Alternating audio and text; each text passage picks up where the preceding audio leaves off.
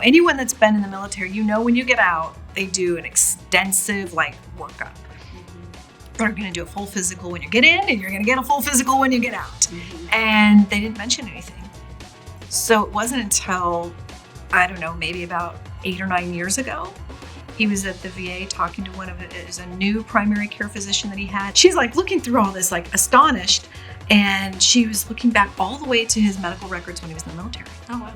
And she said, Mr. Scott, did they ever tell you that your kidneys were in decline when you were in the military? So he was already at stage 3 kidney disease, and he didn't know it. Let's talk tails.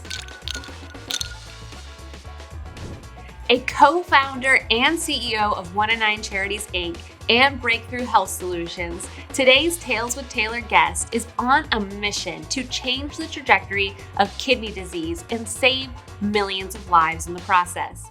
She is a passionate visionary and health specialist dedicated to identifying solutions that improve kidney health and the overall health of individuals, families, and communities across the U.S. and around the world. It's Analyn Scott. How are you? I'm doing great. Thanks for having me, Taylor. Yes, it's good to see you. It's so great to see you. I have had the pleasure of really seeing the evolution of 1 in 9. So tell me the tale of how you came up with the name 1 in 9. Oh, that's an interesting story because I knew the importance. This was 17 years into our journey with my husband's kidney failure. And it's when we were starting to hear these statistics, and that really upset me. And I was like, wait a minute. If we don't know these things, then the general population is clueless. And so some of the statistics were at that time in 2015, 26 million Americans, or 1 in 9 adults, have kidney disease, yet 90% are walking around, don't know it. There are all these other statistics. So I was talking to a friend of mine who actually was a former client back in my IT days. And I was talking to her about it. And I said, Deb, I can't come up with the name. I'm not sure what the name should be. And I went through the statistics like I just did. And she goes, stop. It's right there. You already said it. It's 1 in 9. Yeah. And I was like, oh my gosh, it's been right there. And so that's how we came up with the name. And the most outstanding stat of there is that 90% of people that, don't even know it. Why do you feel there has been a lack of awareness when it comes to kidney disease comparative to breast cancer? Breast cancer, we have the entire month of October, all the NFL players wearing pink in representation. What is it about, you think, kidney disease that, people haven't been aware of it? I don't even want to say it's not sexy, but it's there seems to be a stigma around it too. Because like you said, you could ask a 5-year-old too what pink ribbon stands for. They're like, breast cancer. But most adults what is have the green? No idea, that green represents kidney disease, or they would be hard pressed to even give one fact about kidney disease. Yeah, I didn't know you. I wouldn't know a thing either. That's the thing. That's it. Yeah. And yet more people die each year of kidney disease than breast cancer or prostate cancer. So it's we need to change that. We need to be talking about it more because it's not just a silent disease in people not talking about it, but it's a silent disease in terms of, symptoms or lack thereof. And so the fact that there are lack thereof symptoms, what are some of the, whether it's just DNA factors, or what would make you more prone to be likely to get kidney disease? There definitely are some, genetic factors where there's, different, like FSGS or polycystic kidney disease, or things that sometimes can run in families, but predominantly, 2/3 or more of the cases of kidney disease and kidney failure is due to diabetes and or high blood pressure. Which are overly common and almost in a way destigmatized, in that it's almost okay to live life with diabetes, it feels. I feel like there's so much about, you just got to take your medication and everything will be fine. But yet, to think that it could lead to other issues. And so Breakthrough Health Solutions, talk to me a bit about that, and how are you helping people, fight against this disease? Well, I can tell you, we're not going to do any commercials with people singing and dancing and being happy that they have diabetes. There we go, right? It's okay. And you know, That's good though. Yeah, no, those are the most ridiculous commercials. I wish I could be in those pitch rooms like that. I'm sorry, just to like have a digression for a second. I wish I could be in those pitch rooms. How do you go into an office and say, okay, we need to sell this diabetic medication? What if they're all playing golf and he loses his bet and then he has to give his whole wallet to his friend? Like, how is that selling medication? I'm like, I just don't get it. But I think it's because I'm a big believer in getting to the root cause. Mm-hmm. You know, don't just put a Band-Aid over it. Don't just say, oh, it's okay. And, you know, I've got this. And because then it's like if you see these drug commercials, right? And then it's like all the side effects. And then you're starting to hear about drug commercials that you need this drug because of the side effects of this other drug, you know, diabetes or otherwise, right? And that's why you get the whole, you know, chest of them Monday through Sunday of, you know, how many different pills you need to take. Right. Right. So Breakthrough Health Solutions really came about because of a breakthrough health solution that literally fell from heaven and saved Raymond's life. It not only helped save my husband's life, but it also helped him to regulate his blood pressure, which was the cause of him, you know, having his kidney failure. Mm-hmm. It helped him to reverse his diabetes after being a type 2. Well, he was type 2 diabetic because of the first kidney transplant that he had. Mm-hmm. Caused him to become insulin dependent for 14 years. And he was able to reverse that and be off of insulin for the past 9 years. Mm-hmm. And so I'm really big into like, let's see what's causing the issue and see if we can address that. Yeah. So that's what we're doing with Breakthrough Health Solutions. I can't just say, well, you know, I have my husband who's doing great. We have an obligation to help others so that they can benefit as well. Definitely. And I feel like we've glossed over such a huge aspect of your entire story, and that's you and your husband. So how quickly into your relationship did you learn that, you know, there might be some complications in terms of his health with the kidney disease? Tell me the tale of you and Raymond. It's a very interesting tale, as you know, because Raymond and I met on a blind date November of 1997. And I know I don't look like that, but yes, we've been together 27 years. See, Breakthrough Health Solutions, she also knows how to keep that skin beautiful. That's right. That's right. So yeah, we met on a blind date. Mm-hmm. He was 29, I was 23, and 3 months later his kidneys failed, like out of the blue. No warning, from high blood pressure. Mm-hmm. And he knew he had high blood pressure. He was taking his medication daily, but he didn't invest in like a blood pressure cuff to kind of check himself. Say again, how old he was at taking blood pressure medication? 29. 29 years old. Like that already is just like, wow, just to think that, it's just because I'm older than that, you know, I know I don't look it either, no. But, you know, just to think that like already he was taking medication and having to, you know, feed your body medication at such a young age. And he'd been taking it for several years. Wow. So what we know now, because we've learned so much through our journey and, you know, with all of this helping other people too, what we recognize, he was in a car accident when he was, I think, like around 22 or something. Mm-hmm. And it was a bad accident, and he got an acute kidney injury. And that is what kicked off his high blood pressure. Then that high blood pressure obviously is what over time took out his kidneys. Mm-hmm. We had no clue. And it wasn't until many years later he was sitting at the VA because his kidneys actually failed a year after coming out of the military. Mm. He was in the Army for 8 years. And, you know, anyone that's been in the military, you know, when you get out, they do an extensive like workup. Mm-hmm. They're going to do a full physical when you get in, and you're going to get a full physical when you get out. Mm-hmm. And they didn't mention anything. So it wasn't until, I don't know, maybe about 8 or 9 years ago, he was at the VA talking to a new primary care physician that he had, and she was like astonished. She was like looking at all of his health history, because that's a tale unto itself, as you know. He's like this miracle man. But she's like looking through all this, like astonished, and she was looking back all the way to his medical records when he was in the military. Oh, wow. And she said, Mr. Scott, did they ever tell you that your kidneys were in decline when you were in the military?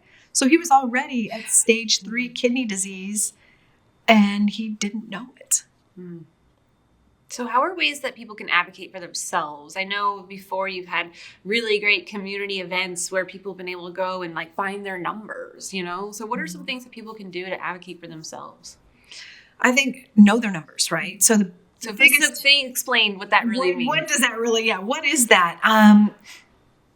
Number one tip, be your own biggest advocate. And if you've got someone that can help be an advocate with you, because sometimes like when Raymond and I go to appointments, I may hear things he didn't hear and vice versa, but know your numbers. And I'll get to the numbers, don't count on your doctor to just point things out to you. You need to take ownership of that. So especially if someone already knows that they have risk factors, which maybe they'll learn some of those today that they didn't know before. So if someone has a family history of high blood pressure, diabetes, heart disease, kidney disease, of course, but also if they have even prediabetes or they're diabetic or they have high blood pressure, any of those, I would just ask the doctor, can I just get a baseline on my kidneys? It's simple blood work and a urine test, because the urinalysis will actually pick things up quicker than blood tests usually. Oh, wow. They start to see protein spilling into their urine. That's an issue. That's showing that there's something wrong with the kidney filtering. And then with the blood work as well. So on blood work, you're going to want to look at like your GFR and creatinine. So the GFR is the glomerular filtration rate. That, again, is how well your kidneys are filtering. But this is something I even caught just a few years ago. Mm-hmm. You know, when you get your report back and you're in these there's the ranges, right? Right. So for the GFR, it says greater than or equal to 60. Like, wait a minute, the target is actually 100. So I don't know about you, Taylor, but do you think 60% kidney function is okay? No. I don't think so either. Yeah, no. So that's what I mean by just really take charge of your numbers. Know what those are.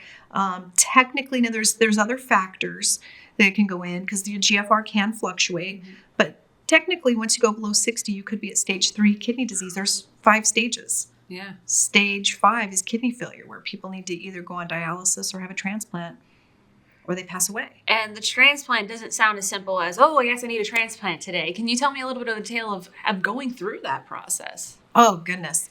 It's a turn in the road. Mm-hmm. So kidney disease, and especially kidney failure, it has all kinds of twists and turns. So you have to see, are you going to be a good match? There's so much testing. There's so much that goes into it. It's not like there's a factory of kidneys just ready to get implanted into people and working. Yes. No. And then your body is naturally trying to reject this foreign object. Yeah. So you've got to take these anti-rejection medications and steroids and all of these things. And they don't last forever. So Raymond was able to get his first kidney transplant that his brother Rome, mm-hmm. who you've met, was able to donate to him in 2001. And it was a blessing that lasted for 5 years. Yeah. But a lot of people are like, it only lasted for 5 years? Doesn't it last for a lifetime? They don't. Yeah. And so for the last 19 years, Raymond was back on dialysis up until this past January when he was able to get a second kidney transplant. And thankfully, he's doing great. But it wasn't an easy process because he had had the first transplant. There were a lot of antibodies in his, so it was going to make it very, very difficult for him to find a good match. But we just really trusted, God was really telling us he had a perfect match for Raymond. We just had to be patient for it, and we were. Mm-hmm. And he's doing great, but even that, it's a balancing act with the medications and, the doctor's appointments and whatnot. So where we want to really give hope to people is that no matter where you're at in your personal journey, there's always hope. Mm-hmm. But my goodness, this is why we're so passionate with 1 in 9 and Breakthrough Health Solutions. If we can reach people and help them avoid kidney disease and even avoid diabetes or high blood pressure, or even help reverse those, because that can be done.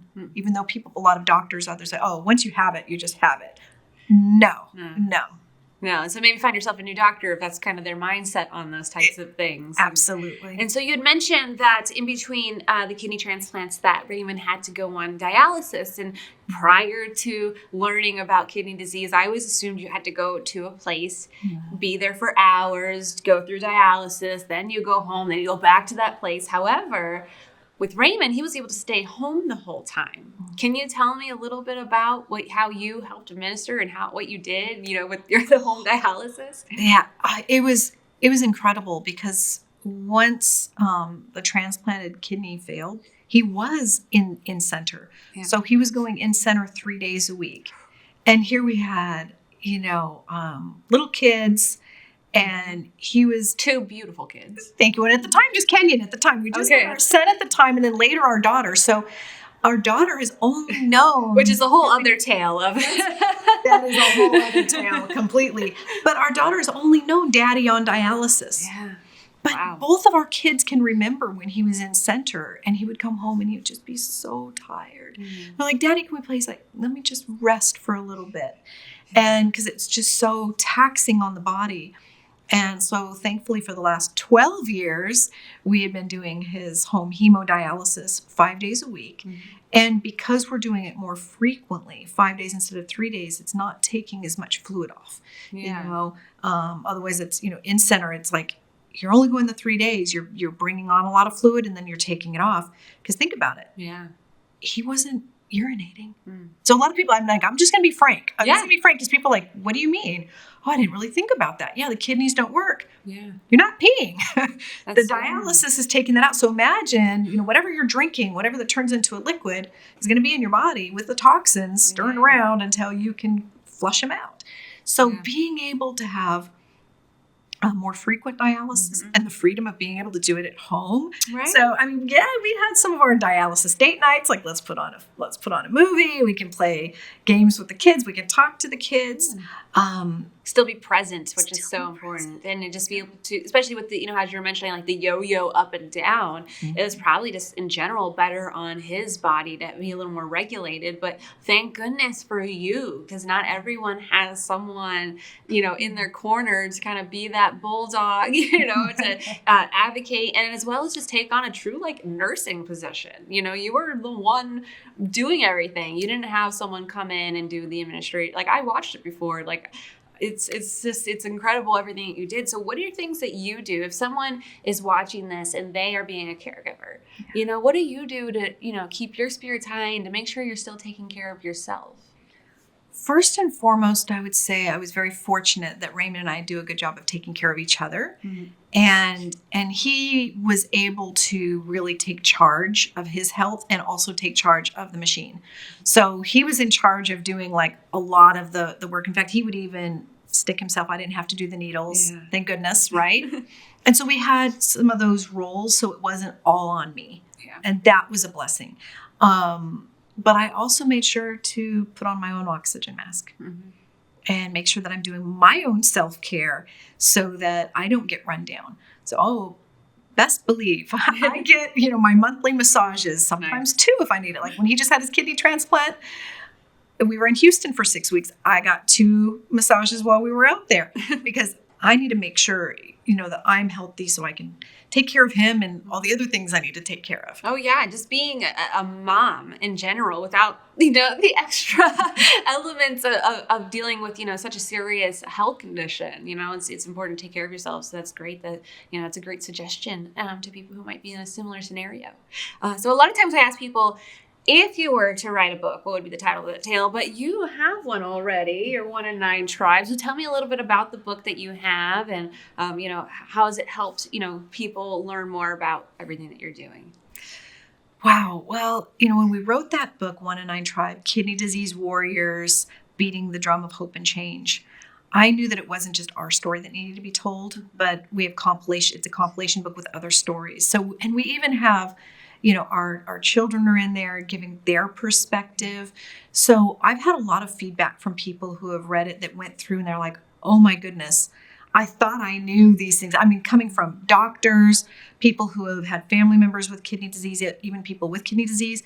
But I've also had folks that didn't really know anything about kidney disease. And they were able to read through and it's like, oh my goodness, I had no idea. And I would say, regardless of where they were in that, majority of people would come back and say, I think I need to go get my kidneys checked. just to know, just to get the baseline. Just to get the baseline. And it wasn't like coming from a place of fear. It was more of an empowerment of I never knew this. And now I just want to be aware and want to be able to keep track. So I think that was really good for bringing the awareness. Yeah, isn't that astonishing though? I know so many people who don't like going to the doctors because they're like, I don't want them to find anything. It's like, you don't really want to bring your car in because it's going to be more than just that oil change. I feel like that's something we really do need to encourage is that it's okay. It's better to know earlier because I'm sure there's, better things or less invasive things to do the earlier you catch it. Would that be correct? Absolutely. Yeah. It's a lot easier to find the small disciplines, like if you have to make some lifestyle modifications or, even just doing things like walking, but increasing your exercise, whatever it may be to be healthier. I've seen people really turn things around. It's a lot easier than being forced to be disciplined, where you have to limit how much water you're drinking. Wow. Yeah. I couldn't imagine. Can you imagine? Yeah. Especially in Arizona. In Arizona with this heat. Oh, yeah. It was tough. I mean, Raymond would be thirsty all the time when he was more in center. Yeah. But he would freeze grapes and kind of, suck on those as to kind of fight that. And then you have to limit like what types of foods you're eating. So it's a lot easier just to be proactive. Was it Benjamin Franklin that said, what is it? An ounce of prevention is worth a pound of cure. Okay. So, I mean, literally, because it is that, once you start having health issues, there's that domino effect. And then you look at the cost of not just the medications, but also as your health declines, what is that going to do for, your ability to work or to work effectively? Right. It takes a toll on everything. And you mentioned that, one good thing you could do is walking. And I know that you have hosted an event where walking is a key element. How about you share a little bit more about that? Yeah, so for the last few years, we actually have done a walk in the park, and not that kidney disease is a walk in the park, but it's just literally a walk in the park. But being able to take charge of your health can be that simple, right? And we were doing health screenings and awareness, and it was great to bring the community together and take the walk. Now this past March, because March is Kidney Disease Awareness Month, we switched things up a little bit. Oh. So we actually did our first annual pickleball tournament. Okay, pickleball is all the rage these days, so. It is. It doesn't matter your age or your ability. People were out there just really enjoying it. And I even got out on the pickleball court. I was feeling it, needed to get a massage after, but definitely was feeling it. But again, it's, using the activity and bringing people together, and we did our health screening again as well. And even from that, we literally saved a life that day. Wow. Literally. So we had some volunteers, and one of the volunteers we encouraged to go through the health screening, and they found something. It was one of the volunteers. One of the volunteers. Wow. They weren't having any symptoms, and we were able to catch something with their heart that if they didn't get that, but it could have been really bad within a few days. Whoa. No symptoms. So I think that's important too, is not just for people not to just rely on like how they feel. I feel fine. Yeah. I feel great. Because your body does do a really good job at like masking and fighting internally and masking things. I know my dad is with like the National Cancer Institute, and it's like they always say too, like with cancer, it's like you already have cancer, typically pretty bad when you start having symptoms. It's never when you first get cancer are you feeling symptoms, you're having the headaches, or you're always getting sick or the fevers. It's like, no, you've already had the cancer.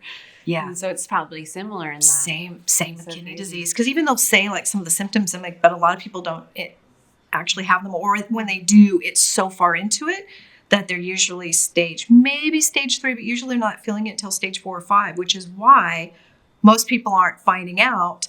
A lot of people like my husband were crashing into dialysis, not even knowing that they had it. So even in his case, Raymond didn't have any symptoms till a week before his kidneys failed. He got this really bad cough, and he thought it was bronchitis. And despite my nudging him to go get tested, go to the doctor, and he's like, "No, I'm fine." Yeah. But about a week later, he's like, "I'll go in. It's probably bronchitis. I'll go into urgent care on my way to work. They'll probably give me some antibiotics. Right, get some antibiotics. Call it good." Nurse took his blood pressure, and she's like, "No way." Took it 2 more times and ran for the doctor. It was 270 over 190. And by the time they called an ambulance, so like, oh no, Mr. Scott, you're not going to work today. Right. You're going to the emergency room. And by the time he got to the hospital ER, his blood pressure was 300/200. And they're like, hello, didn't you have a headache? You could have had a stroke. Didn't you have chest pain? You could have had a heart attack. He's like, no, just this cough. And they're like, no, Mr. Scott, you're in full kidney failure. We're going to have take you for surgery. You're going to start dialysis today. And he was right. What a life turn. And this is, again, 29 years old, right? 29 years old, a life turn in an instance. Like that. He's like, dialysis? What's dialysis? Right. What is this? And he's thinking, how long do I have to live? Like, what's happening? And, he was right. He did have bronchitis, but it was like 10th on the list. He was like, right. renal failure, congestive heart failure, all these other things that he didn't know. He's like, I just had this cough. Mm-hmm. What is that? He didn't have the swelling of the ankles. He didn't have the edema. That's one of the symptoms. He didn't notice foamy urine, which is one of the symptoms. Mm-hmm. Maybe he did have it. Maybe he didn't. He doesn't remember. But if you're so busy, you may just be like, I don't know. You just sometimes don't, like, who really on a regular basis is like, let me see what my urine looks like just there. No, you just kind of go, you flush, you wash your hands, you carry on with your day. Exactly. Not on his radar. He's like, just have this cough. But yeah, I might need to look more now. You never know. So what are other things that you should do then? Like, obviously, paying attention to your own body and symptoms isn't going to cut it. And so what are some things that you can do to try to prevent this? I think, sometimes it's really even just going back to basics, right? Mm-hmm. So we already covered, make sure you have your numbers. Get those. If you see that there's some improvements that need to be made, because even there's a lot of people, I think it's right now about 96 million Americans are pre-diabetic. Mm. And most of them don't know that either. But even with pre-diabetes, damage is being done. Yeah. So damage is being done to the kidneys, damage is being done to the body, even before you officially have diabetes. So I think just when I say go back to basics, it's like, what can we do to be as healthy as possible and prevent the onset of any of these things? Even I hear a lot of folks say it just runs in my family, or it just runs that it doesn't have to. So don't allow those challenge. Excuses. Don't allow those excuses. I think step one. Yes, it's simple exercises. So even just walking daily, walking is huge. Mm-hmm. If you do nothing else, drinking water. Mm-hmm. is going to be very, very helpful. Cutting out sugary drinks, sodas and different things. Watch the processed foods. If you can eliminate or really, I know it's hard in today's world, but to at least reduce as much as possible or eliminate processed foods. And I feel like we say it's hard, but I think that's also another excuse. I truly do. There are so many organizations. I know I'm going to give a shout out to Borderland Food Bank, Produce on Wheels Without Waste. We get like 60 pounds of produce for like $15. You can, put into soups, stews, freeze it. There's ways to have whole foods, it just takes that little bit of extra time. But I guess the question is, do you want to spend a little extra time now, or do you want to spend a little extra time not living life as fully later? That's it right there.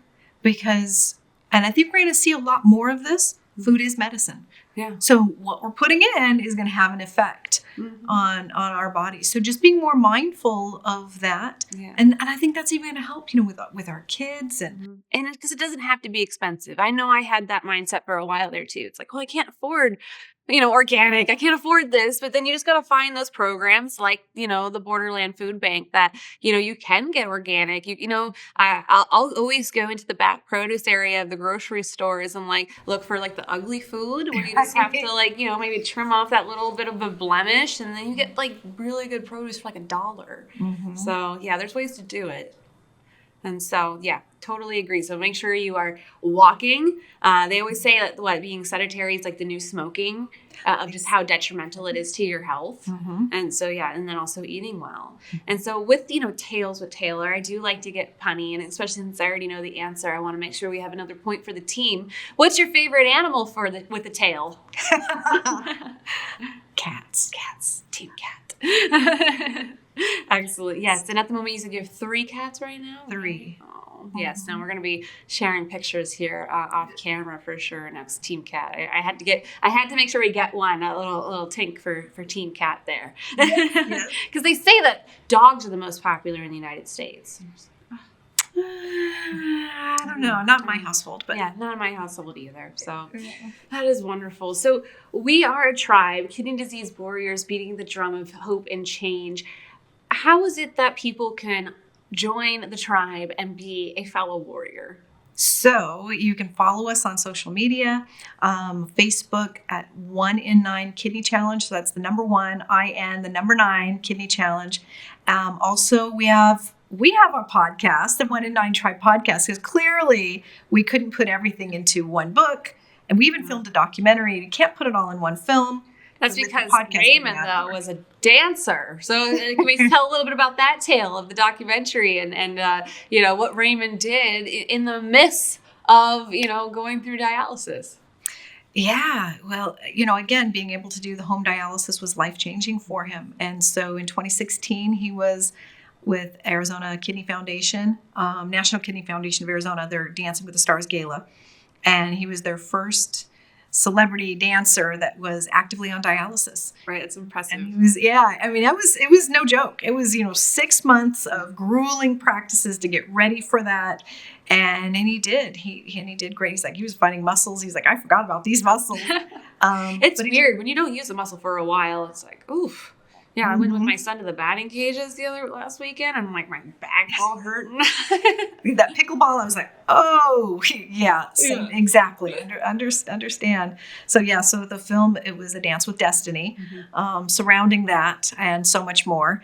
But we have our podcast too on YouTube, 1 in 9 Tribe, and then also our website, so 1in9kidneychallenge.com, and then / or / whatever that is, do you know?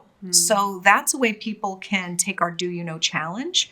We're sharing that on social media and on the site.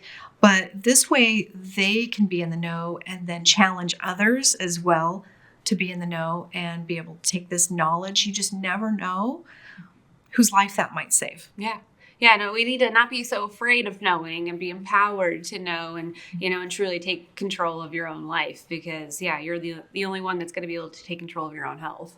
That is for sure. Absolutely. And, with this podcast and show, I always want to really make sure I have also a focus on, the person, you. And so tell me, Analyn, if there was any tale you wish you would have told your younger self, what would that have been? Ooh, that's a great question. I would tell my younger self just to enjoy the journey. Enjoy the journey. Don't be surprised when there's the twists and turns. It's all worth it in the end. Just sometimes even taking what seems like the hard road. If just trust your instincts, and if you know that's the right way, even despite what other people might be saying, continue to trust that. Excellent. Yes. Well, we can go back in time and tell our younger selves all these lessons. But then again, things happen for a reason sometimes and things just work out. And so Breakthrough Health Solution, how is it that we can be aware of the solutions you're finding and to stay connected with that as well? So Raymond and I are actually putting together some information now that's going to be really helpful. We're going to be doing some webinars, and people can join on with that. They can follow us on our socials, but also even I'll be sharing more on my personal social. So Facebook, Analyn Scott, and they can learn more there, or they can get in touch personally. But we're taking these solutions. It's so much bigger than us. It's bigger than just the need is not just in Arizona. The need is across the United States and globally. Yeah. So I know you've talked about going to Africa, because isn't it that the the African population tends to have more likely to have kidney disease? Didn't you find that something about especially here in in the U.S.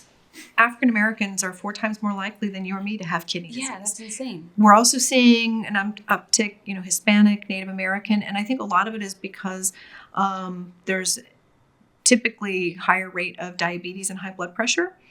And so we definitely want to reach people of all backgrounds. Yeah. And then, like you're saying in Africa, if we look at this, it's a global epidemic. Yeah. So like I shared at the beginning of this, when we started with 1 in 9 in 2015, it was 26 million Americans, or 1 in 9 adults. It's now over 37 million Americans that have kidney disease. If we just continue on that trajectory and don't disrupt the status quo, they're predicting that by 2030, it'll be 80 million Americans. Oh my goodness. That's not okay. With kidney disease? With kidney disease. Oh my goodness. That's nearly double. And that's just a few years away. Yeah, that's not far. 20 years away. That, in my book, that's completely unacceptable. Yeah. And it doesn't have to be. Especially when it's extremely preventable. It sounds like it can be extremely preventable if we just take hold of our health. And let me just interject this too, because if we don't interrupt it, I'm already seeing, and I get so frustrated when I see it, and those numbers are only going to be increasing right now. How many people are dying of heart attacks and strokes, not even knowing that they had kidney disease and something could have been done? So we have lives to save. We have kidneys to save to turn this around. And then if we want to look at it from, a global perspective. So yeah, we're looking to go to Africa. We're going to be, our first trip will be Kenya. And now it's looking like South Africa as well.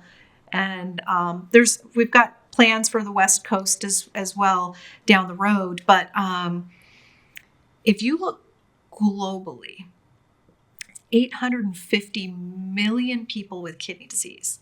That's double the number of people with diabetes. That's 20 times the prevalence of people with cancer or HIV and AIDS. Wow. Yeah, again, talked about. So it's yes. It's why isn't it more talked about? Where's March, everyone wearing green, and where is that? Yes, and that's where I also want to help us change and get more awareness, because if it's truly affecting that many people, and everyone knows at least one person with diabetes, at least. Yes. And so, one of my best friend's little sister, she was, childhood diabetes, and she's had it, her entire life. And so, the things that you could do to stop that. Absolutely. And you speak of that. So one of my friends, and she's actually been a supporter of 1 in 9, and she's known Raymond for many years and saw his health improving. Well, she is a type 1 diabetic, but she was juvenile diabetic since I think she was about 10 or 11 years old. And so for over 30 years, she's had diabetes. And she became empowered knowing what it was doing to her kidneys and other things. And she adopted some of the breakthrough health solutions, that have helped Raymond. And it actually helped improve her kidney function.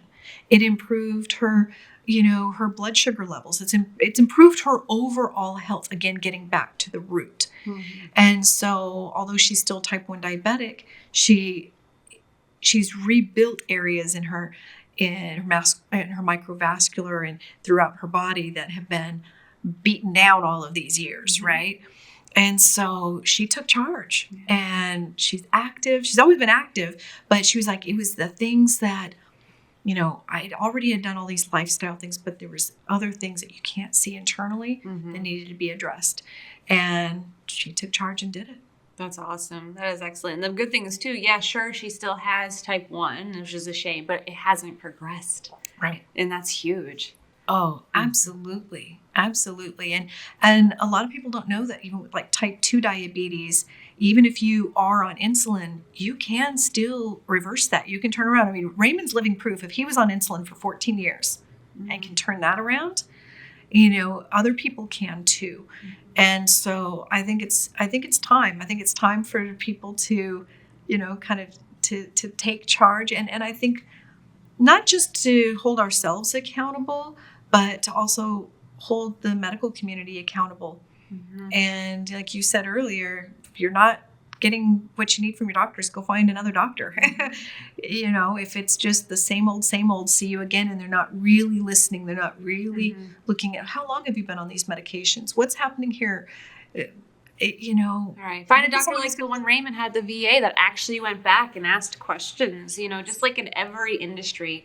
there's going to be people who are in it for the money, and there's going to be people who are in it for the right reasons. And so it's unfortunate, but you got to make sure that you're finding the right people to be in your corner and finding those doctors who truly have a passion for, doing what you do, like go to the root. Don't just prescribe the next thing that, the farm rep said to push, and they gave them a great lunch, make sure it actually makes sense for that person. So as we come to a close here today, just remind the people again, just one thing, if they were going to walk away from anything from this recording, what's one thing they should remember, and then a call to action of where they should stay connected with you. I would say just remember that you are your own biggest health advocate. You have the power. Watch the next time you go into your doctor's office armed with this information and asking some of these questions. Watch how the dynamic changes. Watch how they sit up a little bit straighter and go, oh, they know something. You're going to put them on their toes and hold them accountable for you. As you're holding yourself accountable, hold them accountable to be able to help you be as healthy as possible. That would be one of my biggest takeaways. And then in terms of following us, now that you're in the know, I'm going to encourage you to share our Do You Know challenge with at least 9 people. As we've been talking here, I'm sure that you've been thinking about, oh my goodness, that could be my aunt, my mother, my brother, my sister. Could it be me? Right. And not to be afraid of that, but to share the information, be in the know, share it with at least 9 other people from our website, and just thrive in your health. Yes.